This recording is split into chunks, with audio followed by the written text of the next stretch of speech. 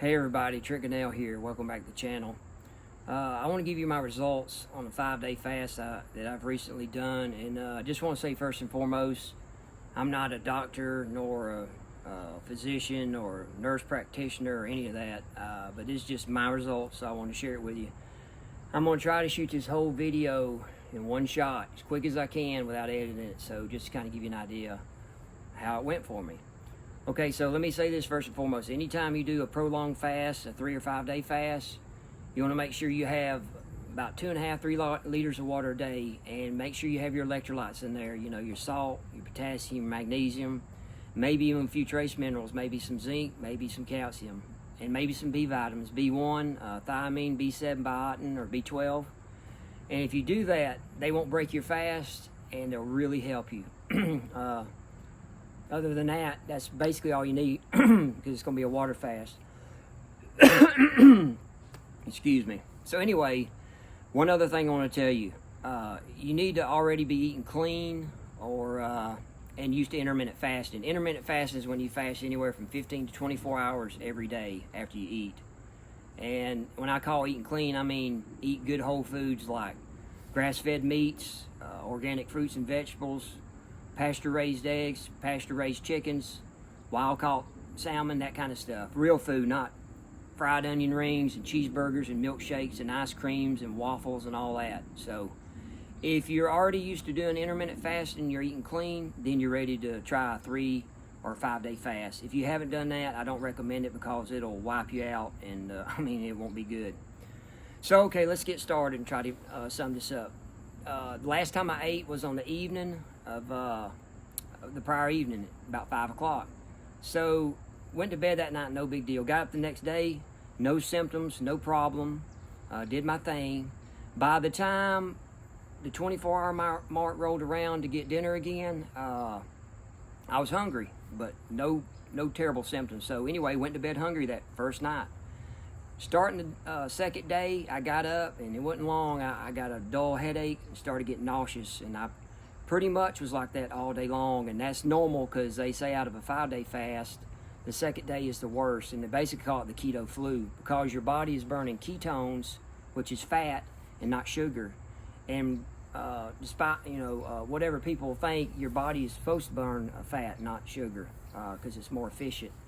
So anyway, they also say too, I'm pretty lean and athletic anyway, and so they say if you do a 5-day fast, only one time out of the 5 days you need to do a strenuous workout. So that's the first time I ever did that, and to give you an idea, my workout's normally a 45-minute workout, and it took me an hour and a half, and it wiped me out. I was just like, no energy, felt nauseous, and picked the worst day at the time, but you live and you learn. But anyway, got through it. So went to bed on day 2, got up on day 3. The dull headache was gone, but still had little bouts of nausea and all that.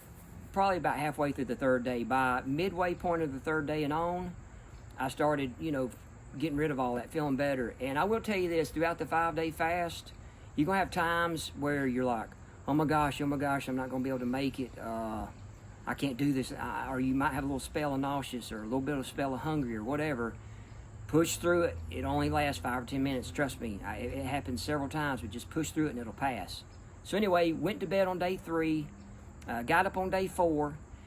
By then, I felt really good. I mean, I'm in deep autophagy, which basically your body is healing. I mean, you're regenerating new cells, you're cleaning up old ones, killing parasites, pathogens, damaged cells, precancerous cells, you name it. And so your body, obviously your digestive system's in full rest, and it's just 100% focused on repairing your body. So day 4, I was feeling really good, and I knew if I made it to dinner time by day 4, that would be the 4-day mark. So I eventually made it to there, and I was kind of had little spells here and there that I was hungry, but it wasn't bad or nothing. It gets better each day you go along as far as the hunger disappearing. So went to bed at the end of day 4, and when I got up on day 5, was really in a state of euphoria. I just crystal clear mind, alert, focused. I could have shot 5 videos and never edited anything out of them. That's how focused I was. And knew that once I got up and got going, I'm like, another 10 hours I get to eat dinner, and it was like another 5 hours I get to eat dinner. And so finally made it to that mark, and then you get to refuel. So couple other important things I want to tell you. When you refuel, you want to eat a quarter of what you normally eat. You don't want to eat a ton. It'll make you sick. So that being said, only eat a quarter of what you normally do. The second important thing is this: don't put garbage in your body, like like I just said, cheeseburgers and pizza and onion rings and ice cream. That's a no-no, because you're going to defeat the purpose of what you just did to heal your body. So, like for me, example, you start off real slow. Like me, I had like an egg, sauerkraut. Then you wait 2 hours, see how you feel. Do that again, and then that's it. Go to bed. You're going to gradually, over a two-day period, build back up to what you normally eat. So the next morning, got up, and I didn't forget what I had to eat now, but gradually had a little bit more, and like a half avocado or some soup or some bone broth, whatever. And, chicken. That's what I had, chicken. Excuse me. Anyway, that day right there, I had 3 times, in a 9-hour period, I just gradually was eating and eating, because your body is rebuilding and regenerating new cells and mitochondria and all that in your body. So that was, the second, really the full first day of eating. So I ate, and your appetite's there. And trust me, when you're doing this, you're going to want to pig out. But don't do it. Be disciplined and just do like I'm telling you. And finally got up the next day, and by then, I introduced red meat back into the equation. I'm a big meat eater, big time. So basically, your body's still in ketosis. And you're producing ketones. That's why you feel the best, because that's when your body runs most efficient. So anyway, finally, you start introducing your other stuff in there. Like I eat a lot of, I might eat some wild-caught salmon, sardines for my fish. I eat grass-fed meats and ground beef, venison, wild turkey, whatever. I have pasture-raised chicken, pasture-raised eggs, organic sauerkraut, mushrooms, blueberries, blackberries, strawberries, things like that. I eat clean. So don't understand this. It doesn't mean you're going to have to, if you want to cheat once you get going again and have you a brownie, whatever. But I'm just saying it's important as you refuel to put back in your body good food. So that was it. I personally only lost 8 pounds because I'm real lean anyway. I can tell you this, if you have a lot more fat on you, you can at least lose double that.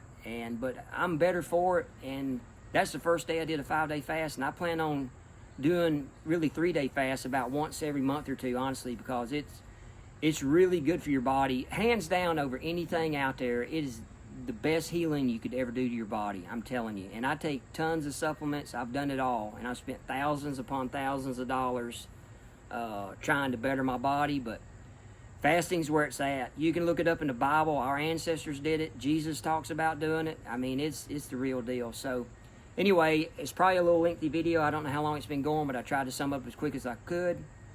I hope this helps somebody that's kind of on the fence about trying it, and I hope you enjoyed the video. I hope everybody has a great weekend. God bless each and everybody out there. And this is Trick and L saying so long, everybody, from the Peach State of Georgia.